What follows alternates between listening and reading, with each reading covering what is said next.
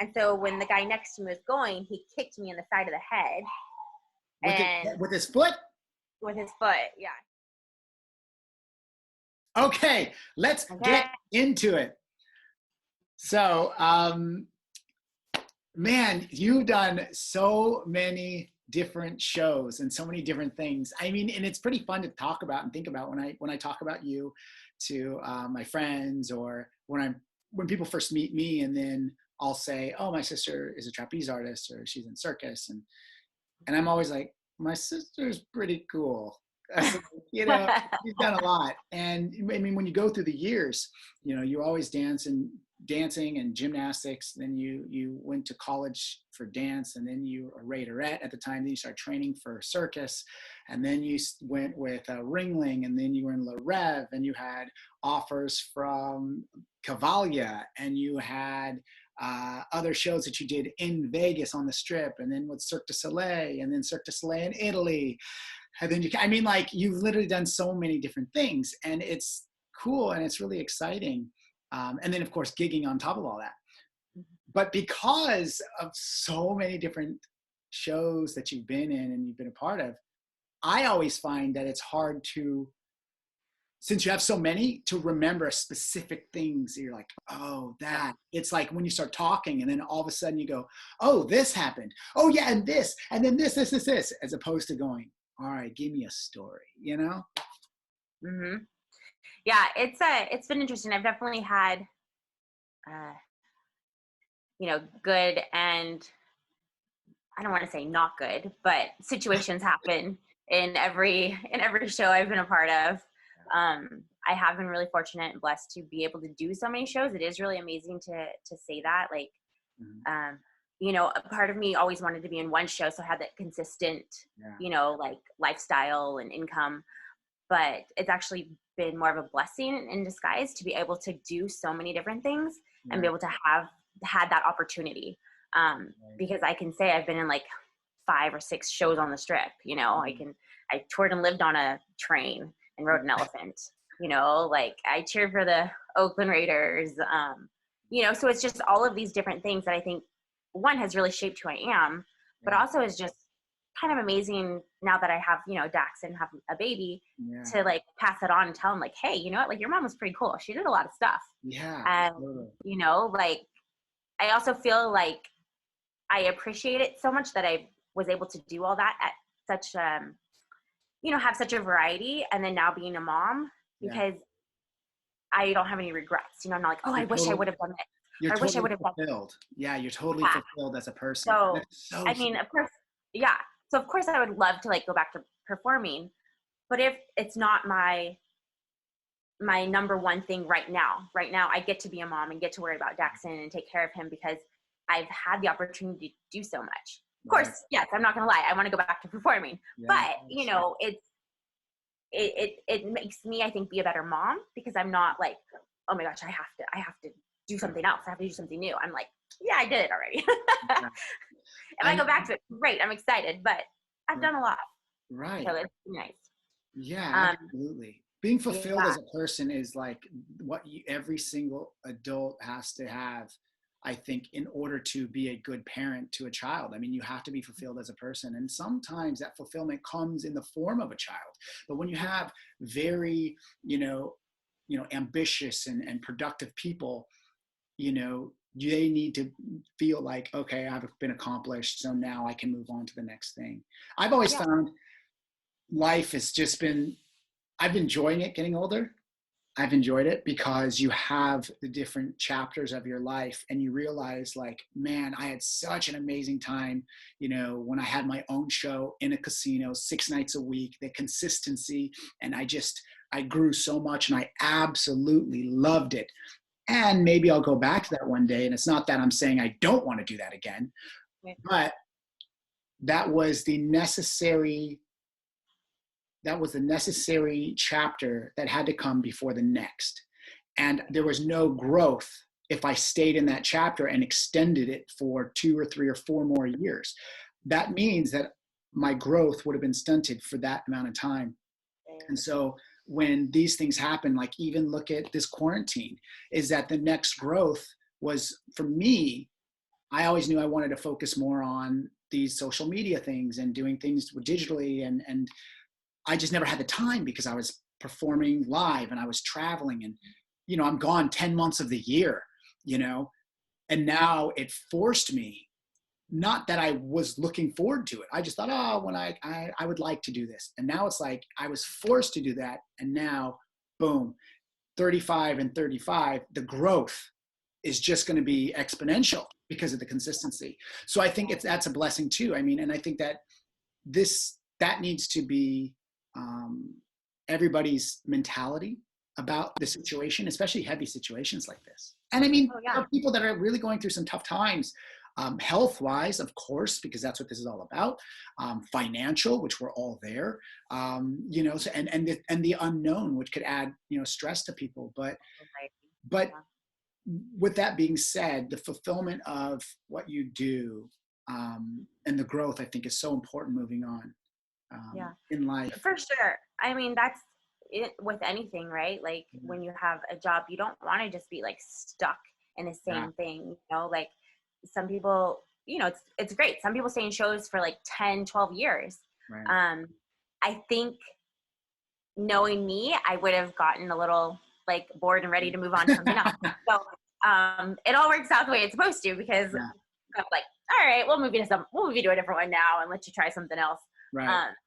And exactly that. Like I've grown so much as a performer and getting the opportunity to do so many different shows and so many different types of shows and so many different apparatuses, and it's all been a learning and growing experience. I remember when it was after post Ringling and post La Rev, and there was a time before you got Cirque, and you got a contract offer for Cavalia, which is an amazing show. It's amazing production. People love it. It's incredible, right? And I remember you were a little bummed about it because you're like, I really want Cirque. And I thought, well, this contract's a year. And so you do Cavalia for a year, you can do Cirque in the next year. And you're like, but I want to do Cirque now. And it's like, yeah, but for me, I looked at it long-term. I was thinking, okay, if I was a kid, right? Because you were in your 20s, I was in my 20s, like 25 years old or something, 26 years old, talking to you about this. And it's like, as a 26-year-old, I'm thinking, if I were to meet a professional magician, right? Like old guy, and I talked to him, I'd be more interested in the guy that did so many different things than the one guy that said, oh, I worked at this theme park for this. Like, I remember you telling me this actually. Yeah, I'm like, who is going to be the more interesting person? The person who said, I was an NFL cheerleader. I toured on Ringling Brothers Circus and lived on the circus train. I was in Cavalia, this horse show. Then I was in this other thing. And then I did this zombie show. And then I did this vampire show. And then I did this. And you just go, wait, what? When did this happen? Oh, yeah, I was in this movie. And then I did this commercial for this thing. And to me, that's a more interesting person than someone who said, hey, I was in, I did this for X amount of time. And I mean, not to say that those people aren't interesting too, but I'm just saying like just the variety. Yeah. I mean, I think actors in different movies, they have a whole body of work that just goes all over and you kind of go, wow, that guy, what an amazing body of work. Well, and I think when I did turn down that contract, I ended up getting 3 different shows in Vegas. Right. So I was on call at 3 different shows and bouncing around each show. So it was like almost every night I was doing something different. And that was exciting, it was fun. Totally. So, yeah. And you have a show that was going to be amazing and then something happened. I think I probably have a few. Yeah. But, actually one of the ones that, I'll share like a few and then just cut me off if I'm going to. No, I don't cut you off, nothing to do. But I think one of the ones that was going to be amazing and then was definitely not. But I think I did a good job covering it up because I don't think people knew what happened. Okay. Was probably one of my first like live trapeze performances. Okay.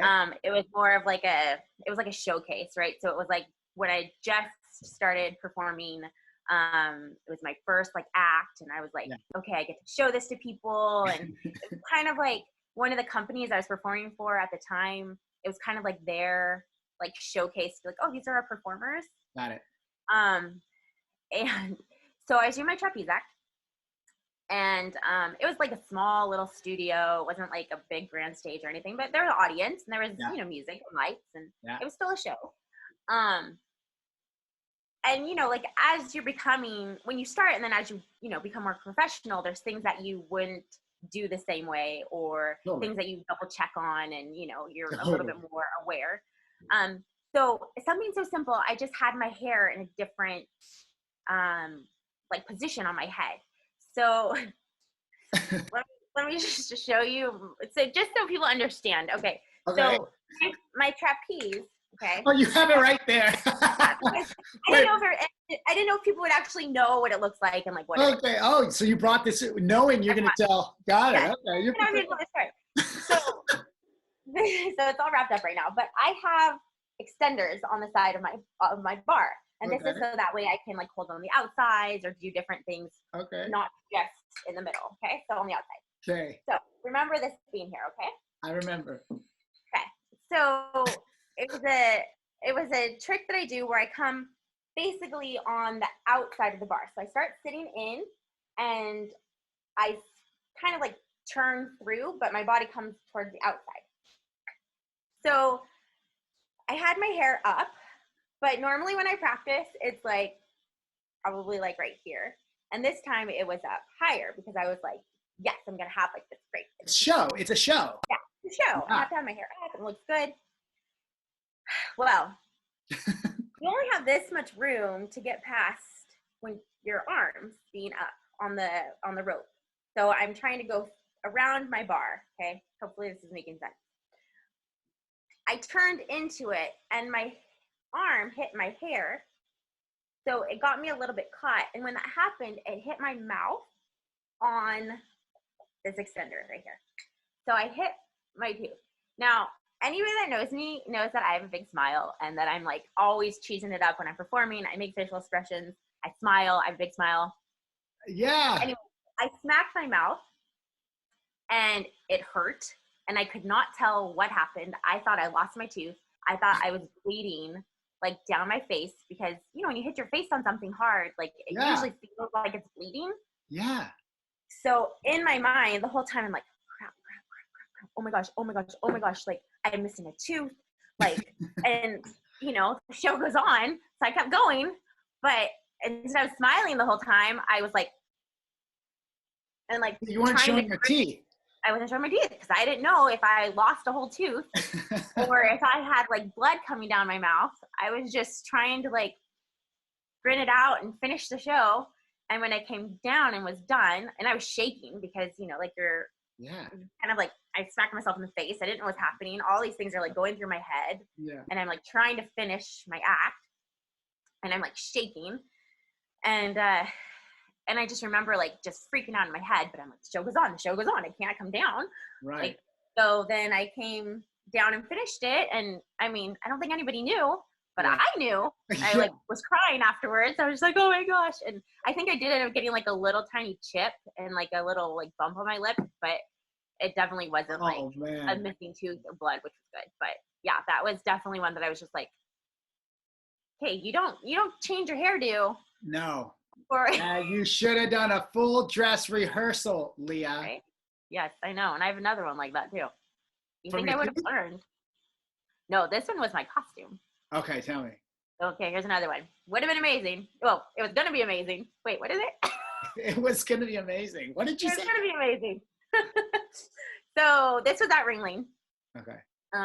We were probably like halfway through or something. Okay. And I had a costume made for me from one of the other girls on the show. Who made it? Oh gosh. Oh, I shouldn't have asked. Masha. Masha, yeah. Masha made it. Okay. Yeah. So. Oh, is it the blue one? This is this one. Oh, she has it. Yeah, the blue and silver one. Do you remember? Yeah, I remember this one. Yeah, of course. Story? Yeah, I like how you brought them for reference. Well, because I don't think people would understand otherwise. and again, this plays back to the little extenders on my trapeze. So if you're gonna have a trapeze made, maybe you don't want extenders on it. Just saying. Everybody tuning in, don't get extenders when you have your custom trapeze bar made. Okay? Which I love them, but it definitely causes a different situation. So Masha made me a costume. Super cute, right? Very like circusy. Yeah. Okay. Do you see this? Yeah. Right goes here. across the back. Yeah. So it goes across your back. So again, practice with your costumes and your hair before you do the show. That is rookie mistakes, Lee. You're supposed to be a professional. I know, but here's the thing. I had done so many shows by that time. I was like, it's fine. I know what I'm doing. I got it. It's not good. We're going to be fine. It's a costume. Okay, well, no. Again, I go on the outside of my trapeze, but this was a different way. So instead of going face first, I was going like back first. You learned, yeah. Yeah, you learned not to go face first, but you didn't learn to rehearse. Thank you. That's good. Good lesson. So I was doing my act, and I went on the outside, and that lovely little extender side thing. Yeah. Okay. This is my back going like this. It somehow managed to go like that and hook into my costume. So you're like hanging. Yes. So when I was trying to come back down, I'm stuck. So at first I didn't know what happened. So I was like, why can't I move? Like, what is going on? And then I realized that the bar had gone through my costume and was holding me there. And I'm stuck in like this position, back this way. And I'm like, what do I do? Like, if I let go, if I let go my hand, I'm going to fall. If I continue to go, I'm not going to be able to go. So I had to try to reverse myself. And I didn't, of course you don't want to have ringling, family friendly show. I didn't want to like pull my costume off. And I was probably like maybe 15 feet in the air? Yeah, 15 feet in the air. Yeah. So I honestly don't know how I did it, but somehow I was able to get my costume off of that extender and come back around. Now you were done with your act, ready to come down and take a bow. And so everybody's just seeing after you do this amazing act that now you're like stuck. No, this was in the middle of my routine. This is in the middle of the act. Oh, it's in the middle. Yeah, it was like one of the tricks. And people kind of knew. Probably. I mean, it was going to be amazing. I had a new costume. I was like doing my show. I was performing, and then I got stuck. So always have a dress rehearsal. Even if you know your act, you think you got it down. We've learned 2 lessons from you. Rehearse. Don't change your hair. Don't change your costume without running it. But that's really true, is that like you don't realize like certain things, is different for you. I remember Megan, I mean, this is kind of similarly related. Mm-hmm. Megan changed the lotion that she wore one time. And like, I would, whether I touched her hand or her arm or her leg or whatever it was, and then I went to do something and I was like it literally just like fell out of my hand. I go, what just happened? Like it just slipped out. And I'm like, oh. And then I had to ask her because I didn't know what it was. And then she goes, oh yeah, I got this new thing. I go, yeah, don't wear that. It's like, don't wear that in shows. Yeah, and that's the thing is sometimes you don't realize something's gonna make a change. Right. And I had something like that when I was at Zombie Burlesque. We wear this very like small little like bra and little booty shorts, and I'm doing a silk act. And you always, even though you're on stage, you're still like, okay, I need to make sure I have my legs shaved. I need to make sure I look, nice and set up. And for this particular show, we didn't wear any like leggings, so we didn't wear any like fishnets or anything that kind of help you get a little more grip when you're doing silk or something. And I had this great idea that I was going to great idea. It was going to be amazing. It's going to be amazing. That I was going to like exfoliate my legs Because I didn't think that was going to make like a difference. I'm like, oh yeah, I'm just going to like, exfoliate a little bit and then, I'll be fine. And sometimes people don't wear lotion when they do like silk, but I always did. It never had a problem for me. So I was like, oh, I'll be fine. Nope. As soon as I started climbing that silk and wrapping my legs, they just slid. And I was like, shoot. And I'm like, again, on stage. And I'm like going and like sliding and going inside. I'm like, oh my gosh, this is not good. So of course, like it made it a lot harder. I had to use, a lot more upper body. I mean, I did it, but yeah, don't exfoliate. Don't do that, man. Yeah. I mean, again, like stupid, like little things that you don't think are going to really make a difference, especially when you're especially when you've done the act or the show like hundreds of times. You're like, I got it, it's fine. And you change like one little thing, like exfoliating your legs or putting your hair in a different position, and the whole thing is that's totally true though, is that like you need the consistency, and that's why a lot of artists and performers, even based off their diet and what they eat, whatever, because if you're traveling all over the place and you're supposed to deliver something and people go, well, what do you need in your rider for hospitality? And you're like, give me chicken with this and this, like just make it easy, because I know what this is and I know that I can deliver on that. I don't want something to give me upset stomach. And I remember that's what I would do with on tour with Ringling, when we do all these PRs all over the country, and you're in a different city every week, and you're getting up in the morning and you have a show that evening, and the promoters driving you around to do this PR here and there, and they're like, oh, what do you want to eat? And it's like, well, there's really good place. It's like, for me, I can kind of eat anything, but at the same time, if I wasn't sure, I'd just say, do you have a Panera Bread? And they go, yeah. I go, just go there. And they go, great. And it was just because it was the consistency. Yeah. Well, and I'd say too, like, I think I learned a lot also, like, getting an autoimmune disease, like, because I think before it was kind of just like my body could handle anything and I could do whatever, and, make it work. But once I actually ended up having like an autoimmune disease, I think I got really more like focused on what my body needed to be consistent when I'm performing, and be consistent when little things like your diet, and just having there not being any guessing games on any kind of part, because I knew my body was already going to be a guessing game for me, that I wanted everything else to be like really as consistent as you possibly could be. Yeah. Here's a question I just thought of. I don't think I've ever asked you this. Out of all the shows that you've done, that you've opened, the first time you did your trapeze, the first time you were, all the things we talked about, Raiders, Ringling, Le Rev, Mystère, Olavida, all of those.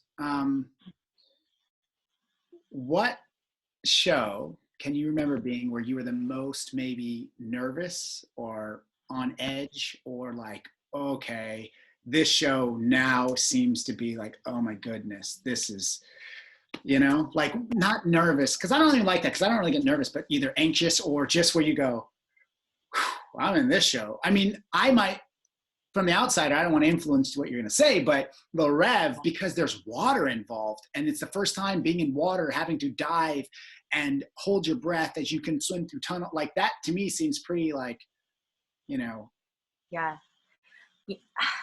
That's really hard, because I feel like every show I've done has had its moments of me being like nervous or anxious, and they also have all had their place of where I'm totally in love with them, and they've all had their place where they just had made such an impact in my life. So that's a really hard question, because I think they all have. I've had that with almost all of them.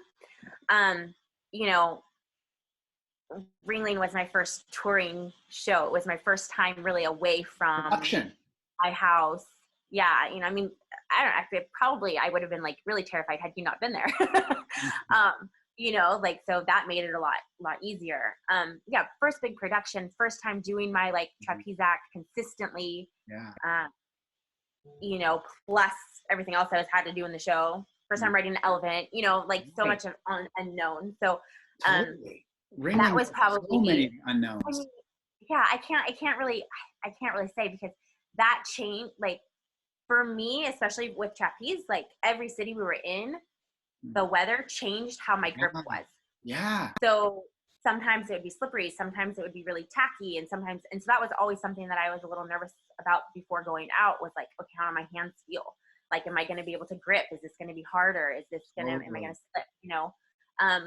So that was kind of there. I mean, Le Rev was probably the hardest audition I ever did, just because there was water and I did have to like hold my breath. What was the audition again? And what was like, you had to do every couple months, like fitness fitness, to pass a fitness test or something, right?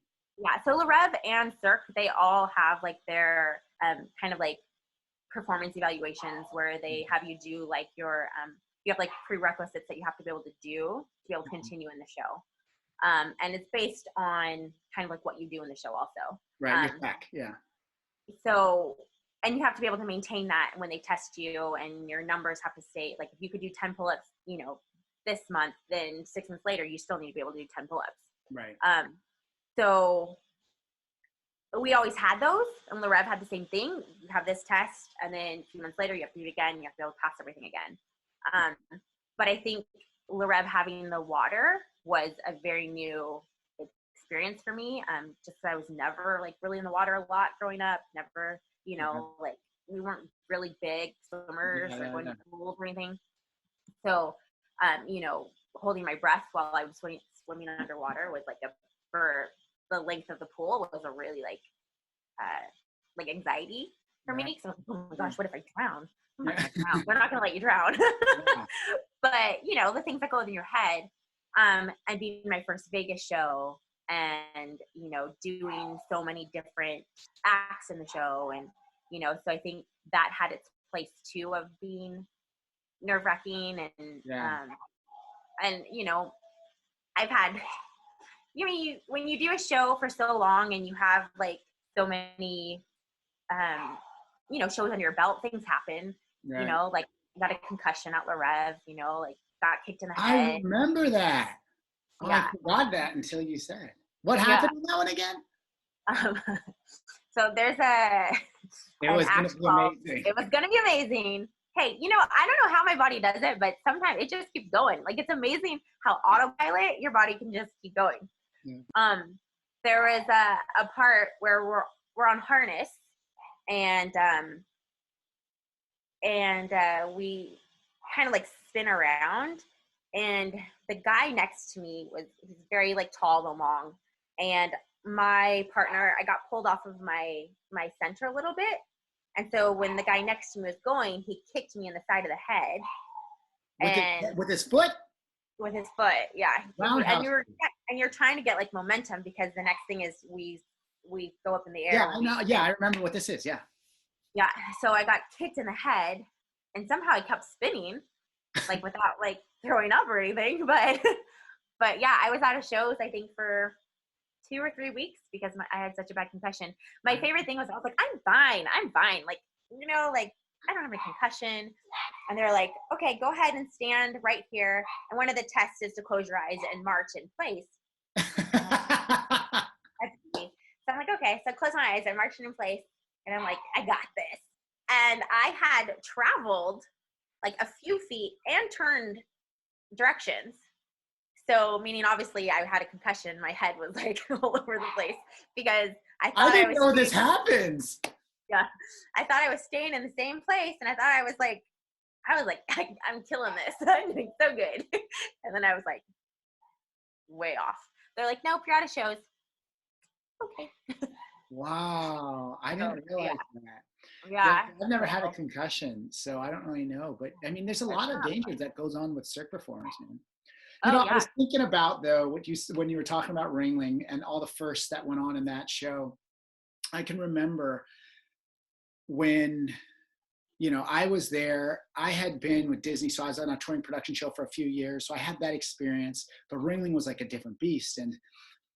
And Kenneth said to me, and at the time, I didn't really understand what he meant. Now I do clearly. But at the time, what he said to me was, after you do Ringling, you'll be able to do anything.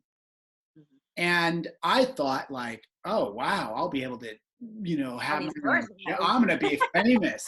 And that's not what he meant. What he meant was you will never be intimidated by any other show, because guess what? There really isn't a bigger show.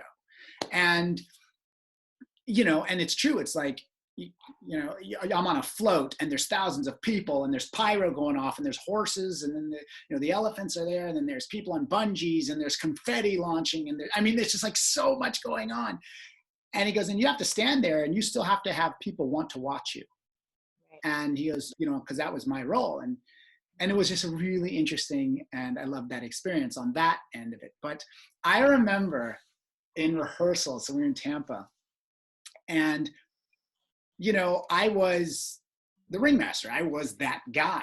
And it's so weird to think about now, but like I was 23, so I was a kid, and I'm on this float and the spotlights are on me. And you, I can still remember your end track on, front track, but end track. And you're in that bungee and you're going and you're bouncing, or no, that wasn't I'm sorry. You were just the harness and the thing, because the bungees at the end. The bungee was at the end, but you were on the harness and those like in the wings and the thing. Yeah. And I remember being on the float and I'm like waving and like performing. Then because I didn't know where you were, because I didn't know where they placed you, right? And then in one rehearsal, and I look up and I see you there, and I just stopped performing. And I remember looking at you going, Leah, what are you doing up there? Look at you. Like all of a sudden I just became the brother, right? And I'm like, that's my sister. What are you doing? And like, I'm just like, oh, my line.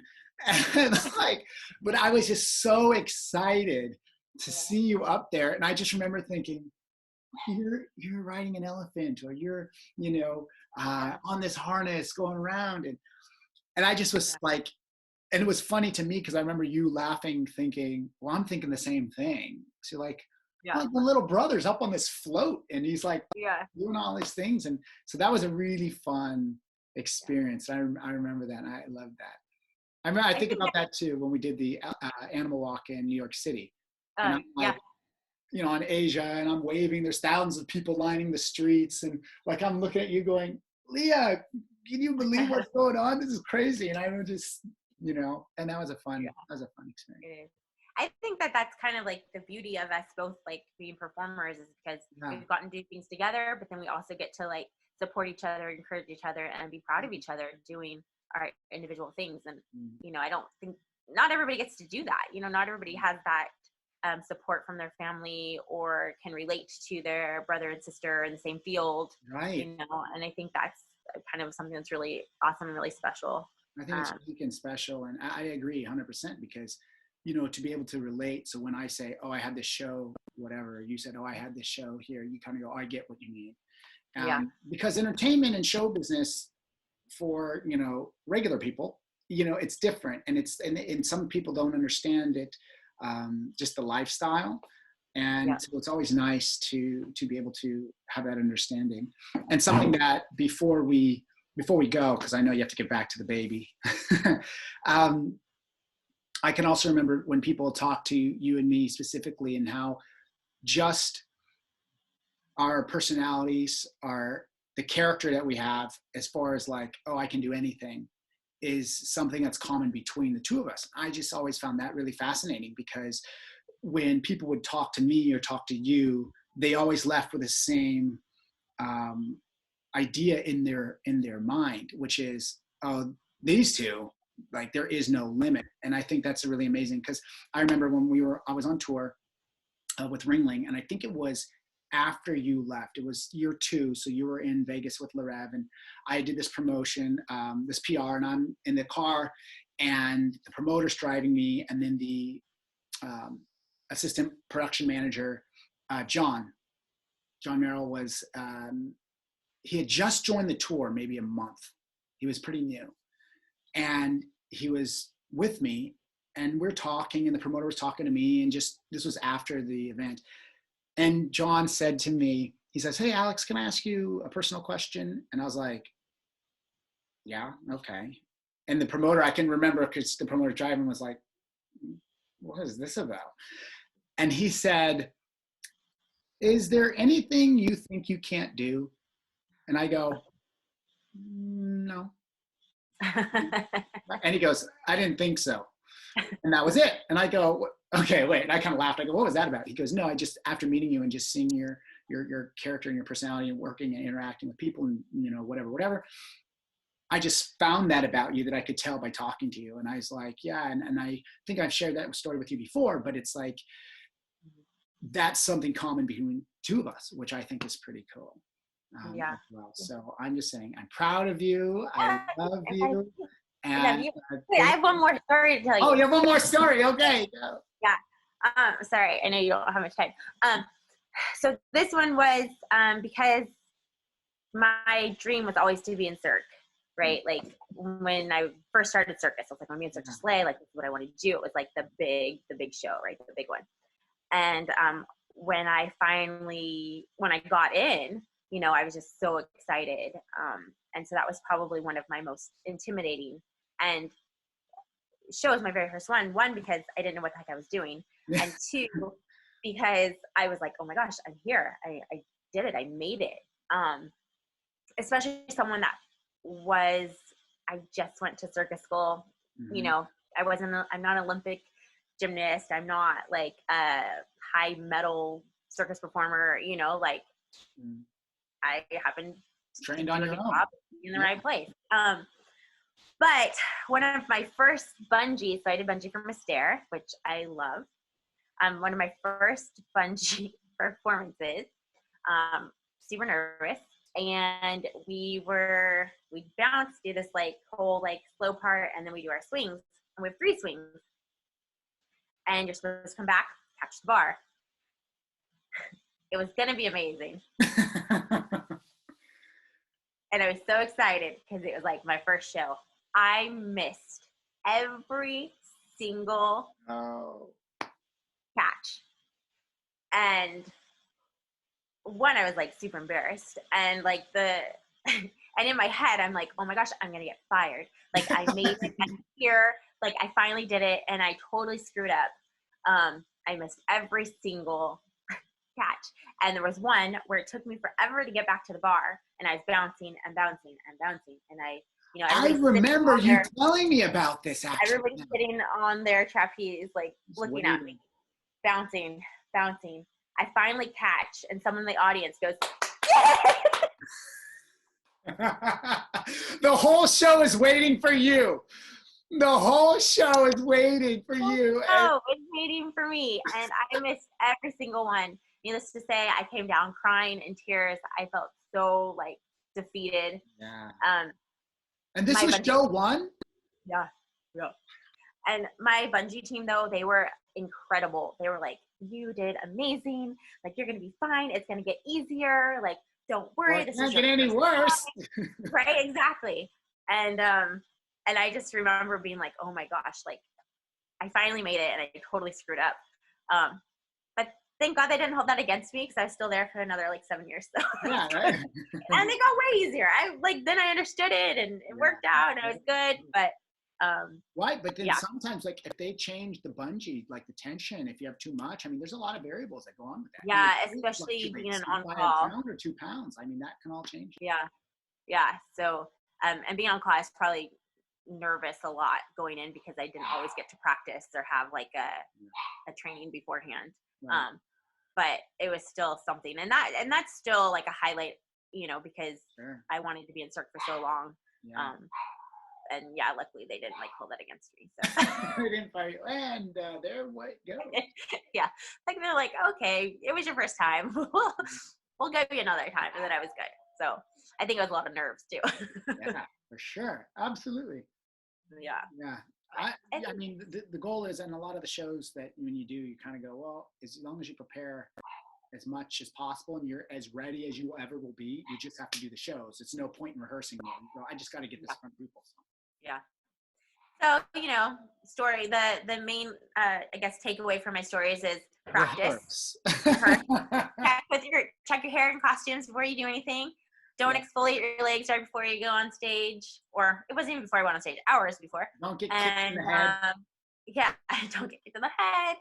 And, you know, don't give up, really, because, you know, like, as things are going to happen, we can't always have control over what happens on stage, even when we are totally prepared. And just to not. I think that's a lesson in life too. I mean, Yeah. even right now is a perfect example, is that right now there is a lot of unknown with this quarantine business. And, you know, people are going to go, well, everything's going not as planned, and being able to adapt and adjust and not giving up is super important right now, especially for everyone.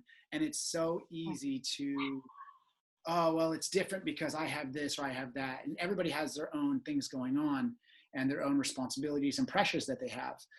But not giving up is the name of the game. It's that consistency.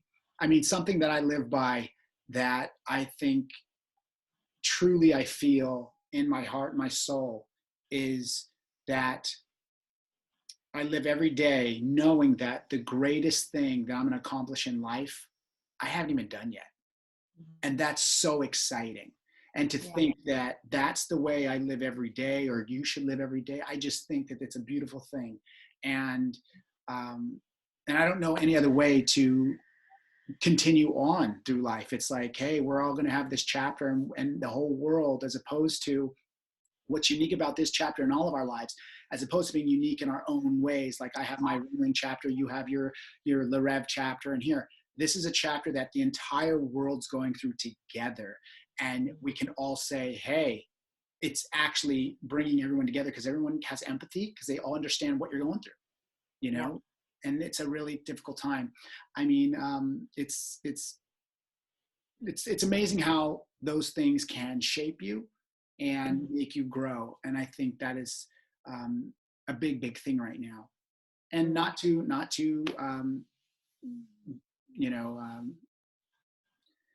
lighten any health issues that are going on with people, because there are people facing life and death right now.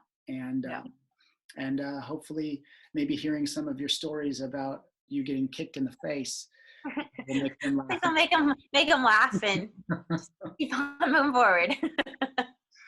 All right. Well, I'll let you go. I have to run, but I love you. Thanks for being on my podcast. You're welcome. I love you. Love you. Bye.